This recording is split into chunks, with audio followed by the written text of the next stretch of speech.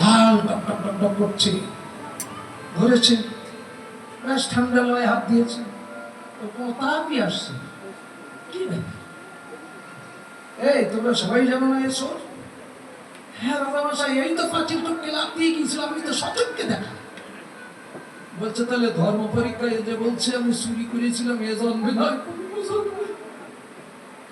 তার অর্থ কি? এস হলো চোর, সাধুর কোনো সব নেই এর মধ্যে। ওই এ জন্ম ও জন্মের খবর বলতে পারে, অত তাহলে কম সাধক না, আর তাকে তোমরা চোর সাজাচ্ছ। বলছে রাজামশাই বিশ্বাস করুন রে পাটা চোর, রে দাগি চোর, আপনি এই এলাকার সবার কাছে শুনুন। এইবার রাজসভায় যত লোক এসেছে সবাই বলছে হ্যাঁ রাজামশাই ও চোর, ও চোর, ও চোর, সবাই যদি চোর বলে। তাহলে রাজা কি করে? বলে না চোর। তখন বলছে চোর, তুমি তো চোর, সবার চোখে চোর, কিন্তু আমার ধর্ম পরীক্ষায় তো তুমি চোর না, কিন্তু সবাই তোমাকে চোর বলছে। আচ্ছা চোর, তুমি পূর্বজন্মের খবর বলো কি করে একটা চোর হয়ে? রাজামশাই আমি বলতে পারি আপনার কাছে সব খুলে, তবে তার আগে আপনি কথা দেন, আমার কোনো সাজা দেবেন না তো? বলছে না না, তুমি ধর্ম পরীক্ষায় জয়ী হয়েছো, তোমার কোনো সাজা নেই, তবে তুমি কাহিনীটা আমার কাছে একটু খুলে বলো। রাজামশাই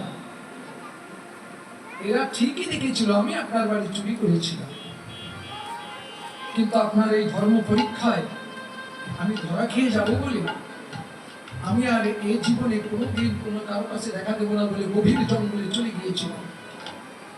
হয় আমার ভাগ্যকে ধরে খান, আমার কোনো রকমের মৃত্যু হোক, আমি আপনার এই ধর্ম পরীক্ষায় আসব না, ধরা দেব না। মুনি ঋষিরা দেখি বনের ভিতরে ভাগবত আলোচনা করছে, আলোচনা করতে করতে সেখানে বলছে যে এই মানুষ যখন দীক্ষা নেয় তখন তার দ্বিজন্ম লাভ হয়। আর দীক্ষা মানে গুরু মন্ত্র একবার, মানে আগুনে যেমন জল দিলে আগুনটা যেমন নিভে যায়, মানুষের ভিতরে যখন পাপের আগুন দল দল করে জ্বলিত হয়, যখন নিজেকে নিজে স্থির করতে পারে না, চঞ্চল হয়ে যায়, কিসে কি করব সেটাও স্থির করতে পারে না, তখন কিন্তু ওই কৃষ্ণ নামরূপী জল যখন তার ভিতরে পড়ে তখন কিন্তু সে আগুনটা নিভে যায়। তা গুরুদেব, আমি যখন ওই মুনি ঋষিদের হাতে পায়ে ধরে আমি তাদের কাছ থেকে দীক্ষা গ্রহণ করলাম, আমি দীক্ষা নেওয়ার পরে শুনেছি দীক্ষা নিলে দ্বিজন্ম লাভ হয়, তা আমি আপনার বাড়ি চুরি করেছি দীক্ষা নেওয়ার আগে, দীক্ষা নেওয়ার পরে তো আর না। দীক্ষা নিলে দ্বিজন্ম হয়, তাহলে তো আমি এ জন্মে চুরি করিনি, চুরি করেছিলাম এর আগের জন্মে। বলছে ধন্য চোর, তোমার জন্ম ধন্য, তুমি গুরু বাক্যে এত দৃঢ় গাঢ় বিশ্বাস করেছো যে আজকে তুমি ধর্ম পরীক্ষায় জয়ী হয়ে গেছো, তাই দীক্ষা নিলেও তাদের দ্বিজন্ম হয়। যোগ্য পবিত্র সবার আছে বাবা, আপনার আমার এখানে পৃথিবীতে যত মানুষ সবার কিন্তু যোগ্য পবিত্র আছে। ব্রাহ্মণ, ক্ষত্র, বৈশ্য, শূদ্র সবার কিন্তু যোগ্য পবিত্র আছে। যোগ্য করে এই পবিত্র সবাই গ্রহণ করার, কেউ করে কেউ করে, ঠিক আছে? গুরু মন্ত্র তো নেয় সবাই, তাই তারা হলো দ্বিজ। তাহলে ও দ্বিজ মানে যারা দীক্ষা শিক্ষা নিয়েছে, দ্বিজ তোমার মাথার মণিকে, তোমার আরাধ্য বস্তু কে? সেই ভগবান। সে ভগবান কে? আজকে কলিযুগে আমার গৌর হরি, তিনি ভক্ত বেশে এসেছেন জগৎ সংসারে, ভক্তদের জগৎকে উদ্ধার করবার জন্য। তাই পদে লিখছেন আরে মন, আরে মন গোরা দ্বিজমণি, রাধা রাধা বলি কান্দে তাই ধরো।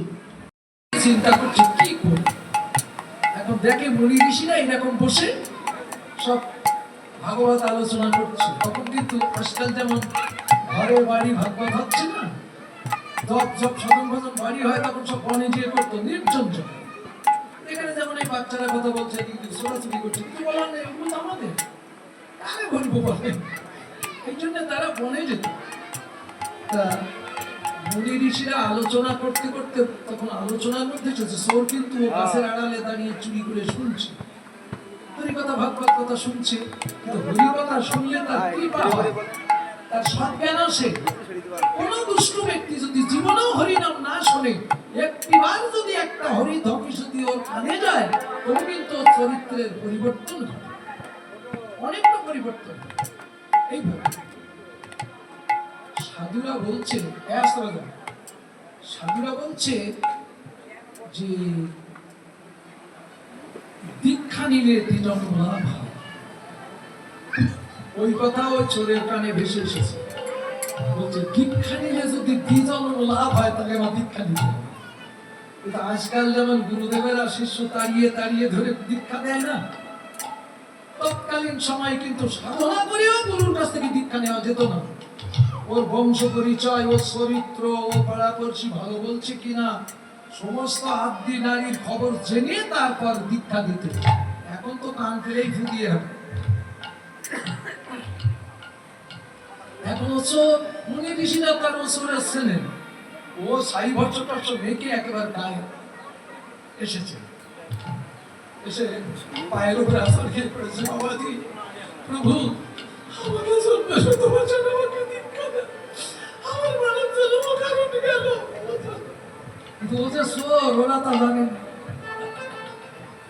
এর কান্নাকাটি দেখে বলছে, বেটা তুই কোন জাতি, কোন ঘরে, কোন শ্রেণী, তোর কি গোত্র পুত্র আমরা কিচ্ছু জানি না, তোর কি করে দীক্ষা দেবো, আমরা দীক্ষা দিতে পারবো? বাবা যদি দীক্ষা না দেন, আমি এইভাবে আত্মহত্যা করবো, আপনাদের সন্তান আমার মৃত্যুর কারণ হবে না।